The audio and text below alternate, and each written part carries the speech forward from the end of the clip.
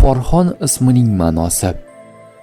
Farhon ismi asosan qiz bolalarga qo'yiladi va bu ism kelib chiqishiga ko'ra ikki qismdan iborat.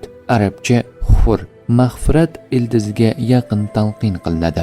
Ma'nosi kechirim, gunohdan poklanish, Allohning marhamati. Xon turkcha, forscha unvon, ma'nosi hukmron, boshliq, ulug' shaxs sifatida keltiriladi.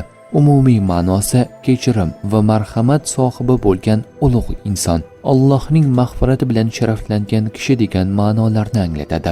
Bu ism odatda obro' e'tiborli, mehribon, keng fe'l, yetakchilik xususiyatiga ega bo'lsin degan niyatda qo'yiladi.